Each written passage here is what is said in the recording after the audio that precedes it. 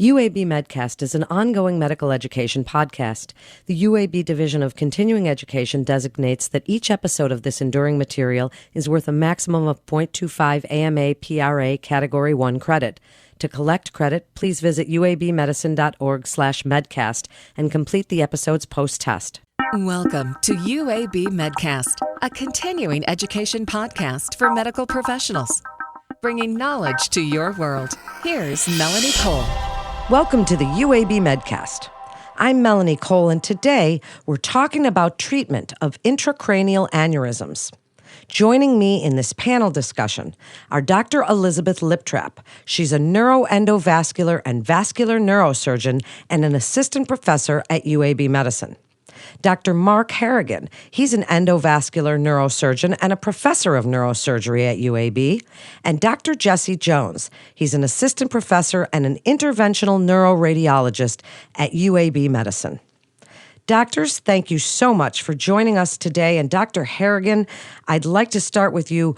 Why don't you kind of give us a working definition of intracranial aneurysms? Tell us a little bit about the prevalence of them and the different types. Intracranial aneurysms are thought of as kind of a weak spot on the wall of an artery that bulges out over time. They can form the shape of a bubble or a blister. They are not rare. They're present in about 3% of the general population, which means more than 30 million people alone in our country have intracranial aneurysms. They come in different sizes. They can be in different locations within the head. They're not always an emergency. So an unruptured brain aneurysm is something that is present in quite a lot of people. They come in different sizes, different shapes. We see a lot of people with unruptured brain aneurysms. Now, a ruptured brain aneurysm is different. So when an aneurysm ruptures, that's called subarachnoid hemorrhage. That's typically the worst headache of a person's life, and that is a surgical emergency.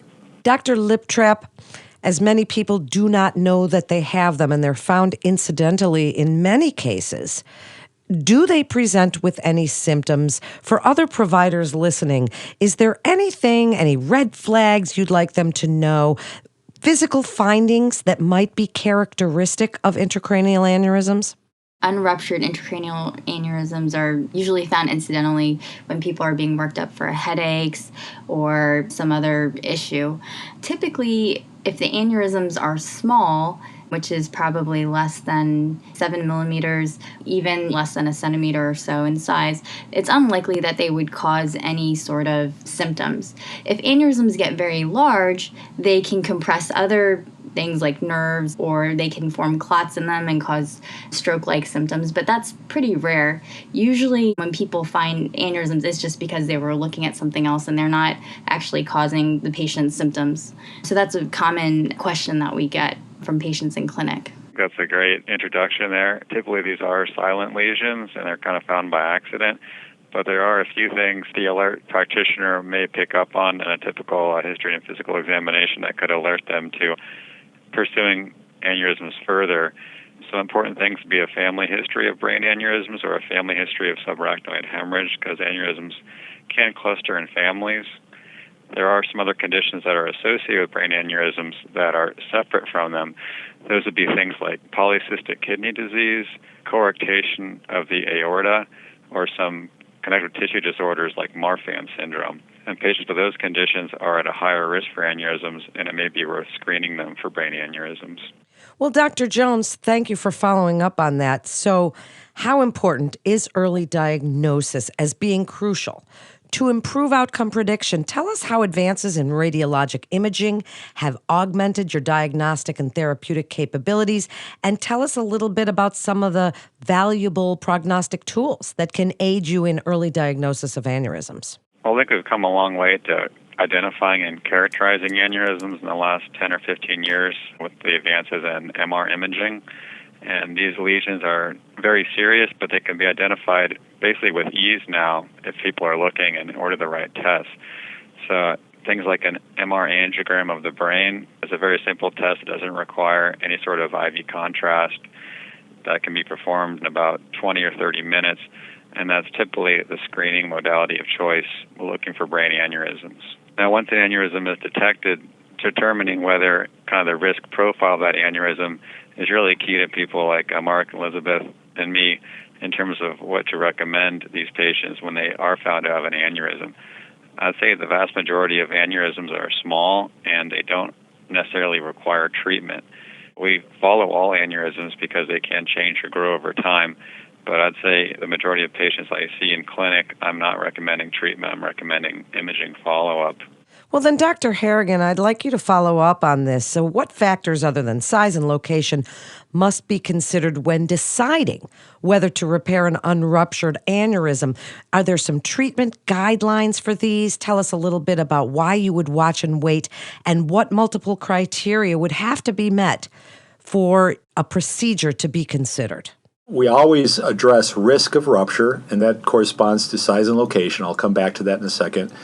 And then there are modifiable risk factors, and then there are non-modifiable risk factors. So risk of rupture, as I mentioned, does correspond very closely to size and location. So aneurysms greater than 7 millimeters do carry an elevated risk of rupture, 7 millimeters in diameter. Aneurysms in the front of the brain carry a lower risk of rupture compared to aneurysms in the back of the brain by an order of magnitude. So size and location are important, so we always look at that very carefully. Modifiable risk factors include blood pressure control. Uncontrolled hypertension is a major risk factor for aneurysm growth and rupture. Cigarette smoking is another major risk factor as well. So we try to persuade smokers to quit smoking and offer them help with that. Non-modifiable risk factors would include like a family history, but that can just raise our index of suspicion if a person has, for example, a very strong family history of ruptured aneurysms. That might push us toward treating the aneurysm. Expectant management, that is perhaps following with surveillance MRAs, as Dr. Jones just mentioned, is a reasonable option for people with what we view as low-risk lesions, like small anterior circulation aneurysms with close attention to good blood pressure control and smoking cessation when appropriate.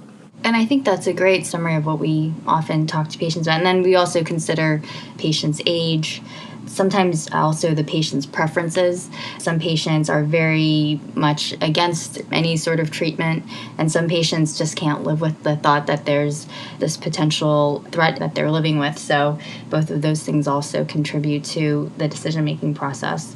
Yeah, I think there's definitely an art and a science to what we do.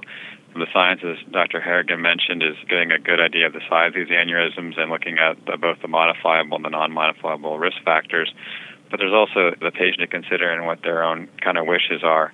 What we're weighing here is the dilemma between the risk of intervening and treating it with the complications associated with that intervention versus the risk of watching and knowing that there's always a small risk the aneurysm may rupture during the observation period. A lot of that decision comes down to kind of what the patient's wishes are, giving them all the information that we can, helping them kind of through that decision. Such good points, all. So, Dr. Liptrap, as conventional treatment options for intracranial aneurysms or surgical possibly or endovascular, tell us how these treatments are decided. How do you decide? And are they insufficient when you're dealing with special aneurysms or complex cases? Speak a little bit for us about clinical indications and contraindications for institution of the procedures and describe them a little for us. When I talk to patients, say there's three options. One is that we can observe the aneurysm. Another is that we can do a surgical treatment of the aneurysm, and usually that would involve craniotomy, which is going in through the skull and putting a clip on the aneurysm to isolate it from the parent blood vessel so that the risk of rupture is obliterated.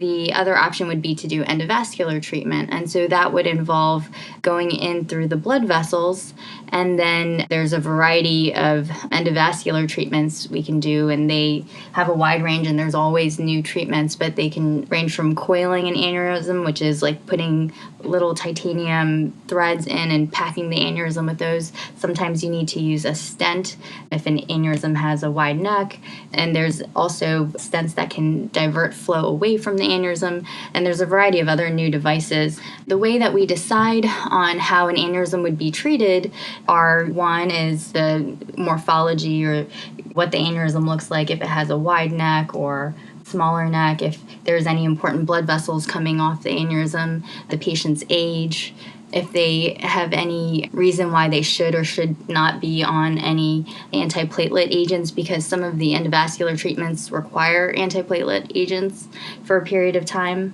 and also patient preference. Unruptured aneurysms, also, the treatments vary. Typically, when aneurysms are ruptured, we try to avoid any treatments that would require antiplatelet agents, obviously because there's risk of bleeding there. Is there an optimal timing for surgery for these aneurysms, Dr. Liptrap?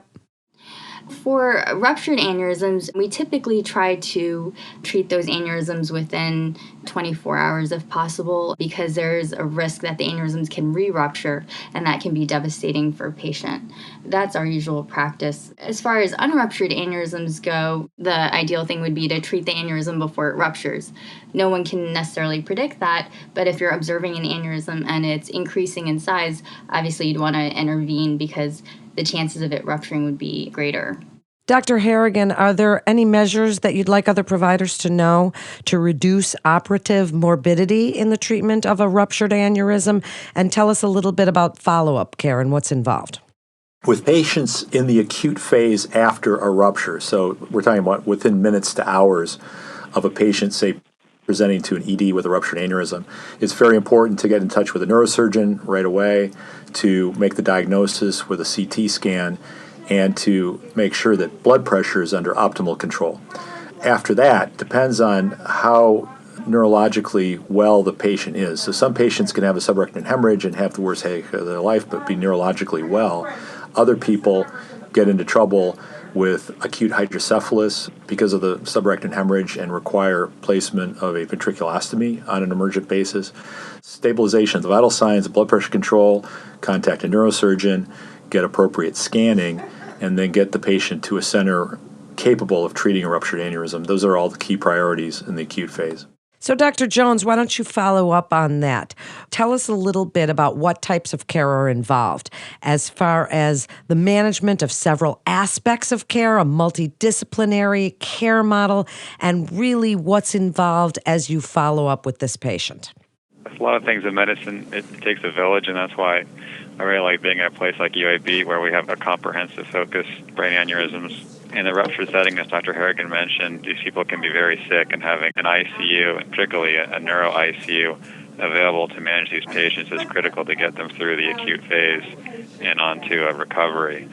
Once we're able to treat the aneurysm and reduce risk of further bleeding, we focus on the recovery period and the follow-up. In aneurysms, when they're clipped, it's fairly durable technique, but even then there's rare cases where the aneurysms can recur, or people who've had one aneurysm are at increased risk of developing a second aneurysm during their life. So continued clinical and imaging follow-up is crucial for these patients. I'll typically see them initially about a month after their procedure, and then follow-up imaging 6 months after that, and then yearly until I feel comfortable that the aneurysm is not going to recur in the short term. Dr. Liptrap, tell us a little bit about the prognosis of intracranial aneurysms and what you'd like other providers to know about the importance of early referral. For unruptured intracranial aneurysms, prognosis can be fairly good with observation or early treatment of the aneurysm. If you have a patient with an incidentally found aneurysm, we are happy to see them. It doesn't matter how small they are or where it is. We're happy to take that on and help counsel the patients about the best course of management. Dr. Jones, what's involved in patient education for aneurysms, and what would you like other providers to know about counseling their patients? Well, I think receiving a diagnosis of a brain aneurysm can be very traumatic for a lot of patients because, as Dr. Harrigan mentioned, these aneurysms are fairly common in the population, and you'll frequently talk to a patient who said, my family member or a friend of mine had a brain aneurysm that ruptured and they had a bad outcome or they passed away, and so this can lead to a lot of stress in people's lives. So I like to do is try to reassure these people that there are treatments for brain aneurysms that are very effective and safe, and also they're empowered to change the natural history of their brain aneurysm by changing things like stop smoking and controlling their blood pressure. So there's a lot of things that they can do on their part to improve the natural history of their aneurysm. And barring that, we're available with options to manage their aneurysm. Dr. Harrigan, last word to you. Yeah, I'd like to expand on what we've been talking about along the lines of how to handle a patient with a newly diagnosed unruptured aneurysm. So, from a neurosurgical standpoint, these are very seldom true urgent matters. However, as Dr. Jones was mentioning, getting a new diagnosis of unruptured brain aneurysm is extremely stressful for people, and they need reassurance, a very sober discussion of natural history, a lot of reassurance, a focus on controlling risk factors is appropriate. When we get a referral, for example, we always try to work these people in as quickly as possible so we can get ahead of the curve with the patient and really focus on risk factors and options. So peace of mind is something that we try to give out people as well who have been newly diagnosed with an aneurysm. Now, attention to risk factors is important. Sometimes we elect to pursue expectant management, usually with surveillance imaging like annual imaging. We also talk about activity restrictions, by the way, aren't usually necessary for people with an unruptured brain aneurysm. It's usually okay to fly, exercise, work, bend over. I usually joke that people shouldn't take up bungee jumping when they've been diagnosed with unruptured aneurysm, but aside from that, they can live a normal life as long as their blood pressure is under good control and they're not smoking. That's excellent information. Doctors, thank you so much for coming on and sharing your collective expertise for us today. A community physician can refer a patient to UAB Medicine by calling the MIST line at 1-800-UAB-MIST. And that concludes this episode of UAB Medcast. For more information on resources available at UAB Medicine, please visit our website at uabmedicine.org/physician. Please also remember to subscribe, rate, and review this podcast and all the other UAB Medicine podcasts. I'm Melanie Cole.